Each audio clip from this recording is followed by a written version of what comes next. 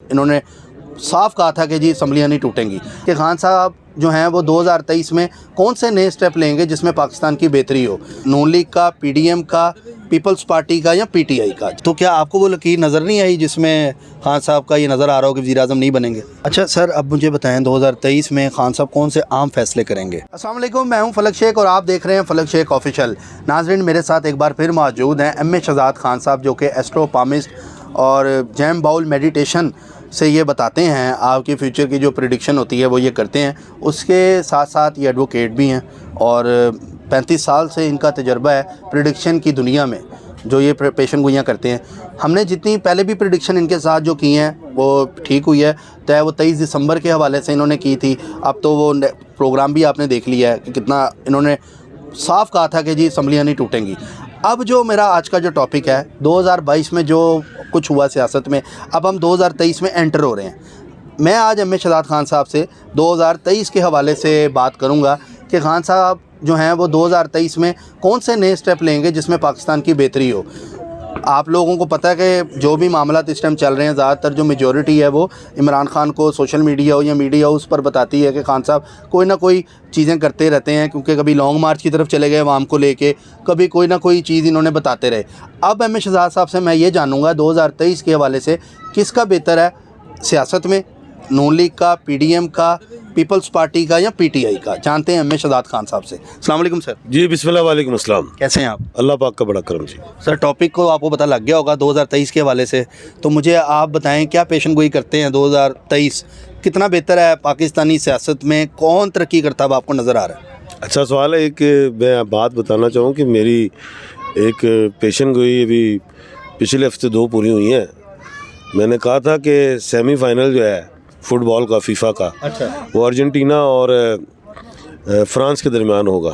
वो वैसे ही हुआ। फिर मैंने फाइनल बताया था कि जी अर्जेंटीना जीतेगा, वो जीता। और मैंने बड़े लोग हैरान हुए इस बात पे। तो चले खैर, आज मैं आपको एक तफसीलन बात बताता हूँ। मैंने एक पेशन गोई की थी इमरान खान साहब के मुतालिक 2015 में कि इमरान खान साहब जो हैं वो 10 साल तकरीबन अपनी मुद्दत पाकिस्तान के वज़ीर आज़म रहेंगे। 2022 में तो वो उतर गए, तो मेरी पेशन गोई तो गलत हो गई। मैंने फिर बताया कि 1982 से 1992 तक इमरान खान साहब पाकिस्तान क्रिकेट टीम के कप्तान रहे। अच्छा। और 1987 में इमरान खान साहब ने रिटायरमेंट दे दी, वो तो रिटायर्ड हो गए। तो फिर उसी साल में ही जनरल ज़ियाउल हक शहीद साहब ने उनको बुलाया कि जी आप वापस ज्वाइन करें। और फिर वो वेस्ट इंडीज़ का दौरा था, वो इमरान खान साहब गए, जीत के आए। फिर वो जीतते गए मैच और 92 में उन्होंने पाकिस्तान को कप दे दिया। तो वो 10 साल ही काउंट हो ना, महीनों की तो बात नहीं आई ना। तो 2022 में इमरान खान साहब वज़ीर आज़म थे, अब 2023 में भी वज़ीर आज़म है, तो 22 में भी थे और 23 में भी थे, महीनों की बात तो नहीं है। तो अच्छा, अपने जो भी 10 ईयर्स का चुनाव है वो पूरा उनका बरकरार आता है। सर, बाकी जो एस्ट्रोलॉजर हैं, अगर मैं किसी और की बात करूं, एक मैंने मैडम का इंटरव्यू किया था, उन्होंने हाथ की लकीरों से बताया था कि खान साहब अब मुझे वज़ीर आज़म बनते नज़र ही नहीं आ रहे। तो आपके हाथ की लकीर भी देखते हैं, तो क्या आपको वो लकीर नज़र नहीं आई जिसमें खान साहब का ये नज़र आ रहा हो कि वज़ीर आज़म नहीं बनेंगे?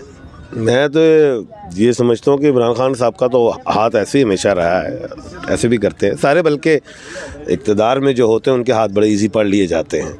मैंने तो हाथ भी उनके पढ़े हैं, बल्कि मुझे तो खान साहब की टाइम ऑफ बर्थ भी पता है। अच्छा। तो इन लोगों के पास तो टाइम ऑफ बर्थ मेरे ख्याल से शायद ना हो। बाकी हर एक का अपना एक नॉलेज है, वो अपने नॉलेज में अबूर हासिल रखता है। मैं किसी को इस हवाले से बुरा नहीं कहूँगा, उनका अपना नॉलेज है। मेरा अपना ज़ाती नॉलेज है कि खान दोबारा वज़ीर आज़म बनेगा। मैं यहाँ पे चैलेंज कर दिया है 2023 में खान बिल्कुल वज़ीर आज़म बनेगा दोबारा। मैंने दोबारा का लफ्ज़ लिया है जी। तो सर, ये कब नज़र आ रहा है? अगस्त के बाद, सितंबर के बाद, अक्टूबर के बाद या जनवरी में? महीनों की फ़ाइट चल रही है ऊपर। इस्टेब्लिशमेंट इस पर बिल्कुल हाथ रखेगी, क्योंकि दोनों पार्टियां जो है स्ट्रॉन्ग है, कभी एक हार जाता है, कभी दूसरा जीत जाता है, कभी दूसरा हारता है पहला जीत जाता है। तो इनकी लड़ाई तो बराबर ही चल रही है। अच्छा, क्यों, इसीलिए मैंने कहा कार्ड जो है दोनों के 50-50 बराबर ही हैं। तो जैसे मैंने कहा था कि दिसंबर के फर्स्ट वीक में इमरान खान साहब आगे है, उसके बाद ये आ गए।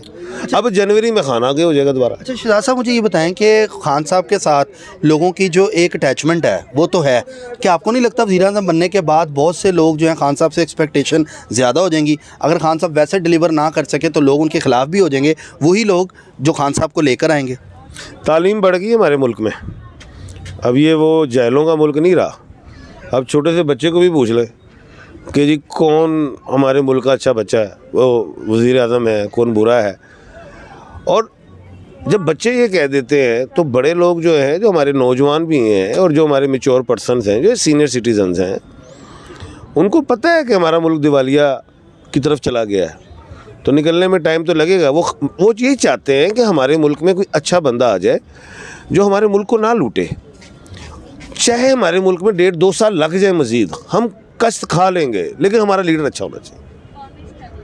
वो नहीं बोलेगी वहाँ। और ओवरसीज़ पाकिस्तानी खान का मुंह देखते ही पैसा फेंकना शुरू कर देंगे, इन्वेस्टमेंट्स आ जाएंगी। इन्वेस्टमेंट्स आ जाएंगी 2023 में। जी हाँ सर, मुझे बताएं, IMF का जो कर्जा है हमारे पे इतना ज़्यादा एक मतलब बढ़ गया हुआ है, इतना ज़्यादा हो गया हुआ कर्जा, तो वो किस तरह खान साहब के आने से वो उतरेगा IMF का कर्जा? बात यह है कि हमारे मुल्क में इत्मीनान की कमी हो गई है बहुत ज़्यादा।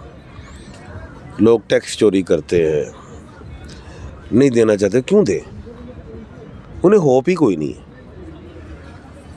कि हम अगर देंगे तो ये तो बड़े बड़े लोग जो हैं, टाइकून हैं, वो खा जाते हैं। जब एक अच्छा पेट्रोटिक आ जाएगा, टैक्स कलेक्शन अच्छी होगी, इन्वेस्टमेंट्स होंगी, IMF का कर्जा बिल्कुल उतरेगा 100%। एक बात और कर दूं, हमारे मुल्क में जो पीछे जो हम गए हैं, अगर हम हिंदुस्तान को देखें, वो हमेशा आगे गया। क्यों गया? उनका जमहूरी निज़ाम बड़ा मजबूत है, उनका वज़ीर-ए-आज़म मुद्दत पूरी करता है। हमारे मुल्क में वज़ारत उज़्मा, ये हिस्ट्री रही है, पूरी नहीं हुई। कोई 3 साल में गया, कोई 2 में गया, कोई 4 में गया, उड़ा के रख देते हैं। जब आप वज़ारत, आपको तो यही नहीं पता कि आप एक वज़ीर-ए-आज़म को उतारते हैं तो उसके जितने भी जो प्रोजेक्ट हैं, अगला वज़ीर-ए-आज़म रोक देता है। और पैसा किसका लगा हुआ है? अवाम का हर चीज़।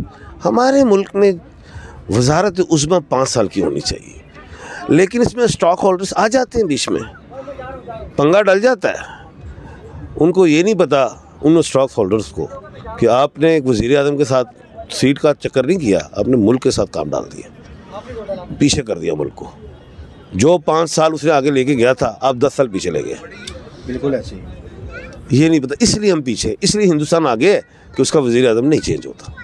जी अच्छा सर, अब मुझे बताएं 2023 में खान साहब कौन से आम फैसले करेंगे, इस बारे में मुझे थोड़ा सा आपसे जानना है। जायचा भी आपने बनाया खान साहब का, क्या देखते हैं? जब खान साहब वज़ीर-ए-आज़म, मैं आपके सवाल को थोड़ा आगे ले गया हूँ, पिछले वाले को छोड़ दिया, वो पिछले सवाल को फिर मैं डील कर लूँगा। खान साहब जब वज़ीर-ए-आज़म बन जाएंगे, सबसे पहले तो अपने नेबर्स कंट्रीज़ के साथ शेक हैंड मजबूत करेंगे। रशिया, चाइना, ये वो, हिंदुस्तान के साथ भी, हर एक से, बांग्लादेश वगैरह सबसे। और एशिया के खित्ते में मैं समझता हूँ खान के आने के बाद दोबारा सूरज निकलेगा। अच्छा। और वो एशिया के लिए बड़ा वज़न होगा, और फिर रीजन चेंज नहीं होगी। खान का आना अब मजबूरी नहीं, ज़रूरी हो गया है मुल्क के पाकिस्तान में आना, जिससे खित्ते की मजबूती होगी। चले, हमें शहजाद खान साहब ने जायचे से देख के, और आई थिंक ये सपोर्टर भी लगते हैं मुझे इमरान खान के। आप सपोर्टर हैं इमरान खान के, जिस तरह आप बात कर रहे हैं? मैं खान को चाहता ही नहीं हूँ, मैं उस पर मरता भी हूँ। क्योंकि यहाँ पर ये सवाल सोच रहे होंगे कि आप तो एस्ट्रोलॉजी के पॉइंट ऑफ व्यू से अगर बताएंगे तो खान को ज़्यादा नंबर दे देंगे, खान के हक़ में ज़्यादा बोल जाएंगे, तो ये ज़्यादती नहीं है?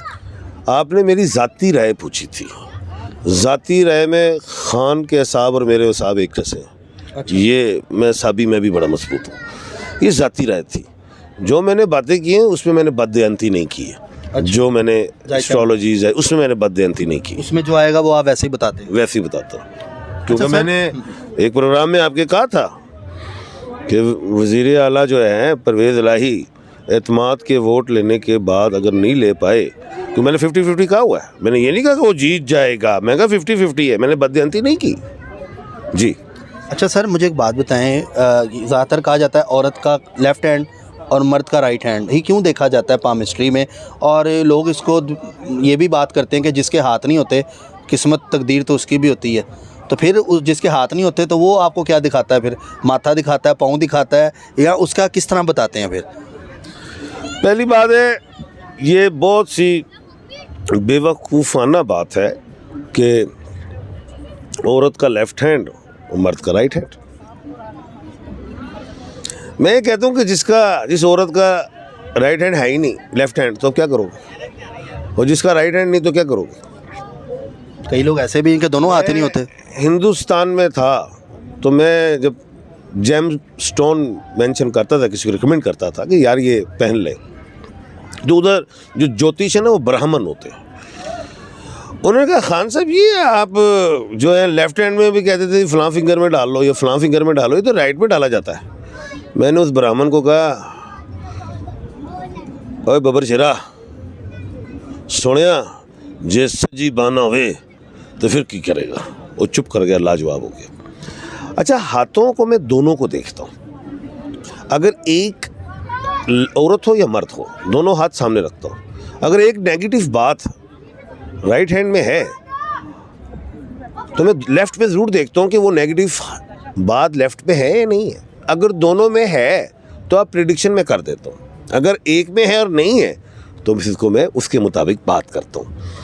दूसरी चीज़, इनके हाथ नहीं होते तो मैं उनकी माथे की लाइनें ही देखता हूँ, और माथे पे सारी लाइनें होती हैं, जोहल वगैरह सारी, आँखों की ये लाइनें भी हैं, इनमें भी सब लिखा हुआ है। आपकी चिन पे लाइन है, देखना है, बताना है, आपकी नोज पे लाइंस हैं, आपने बताना है, ये सारी चीज़ें जी।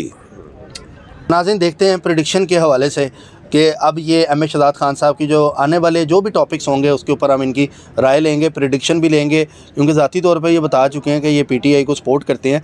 लेकिन ये पूछना इसलिए ज़रूरी था क्योंकि आप लोग कमेंट्स में पूछते हैं कि ये सियासी प्रोग्राम एक तरफ लग रहा है, लेकिन बात वही करने का मकसद है कि इन्होंने बोला है कि मैं बददियांती नहीं करता अपने प्रोफेशन पर, जो भी बात होती है मैं सच बताता हूँ।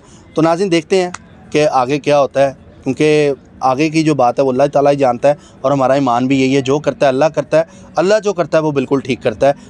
इसी के साथ फलक शेख और एम ए शहजाद खान साहब को दें इजाज़त, मिलते हैं आपसे अगली वीडियो में। अल्लाह हाफ़िज़।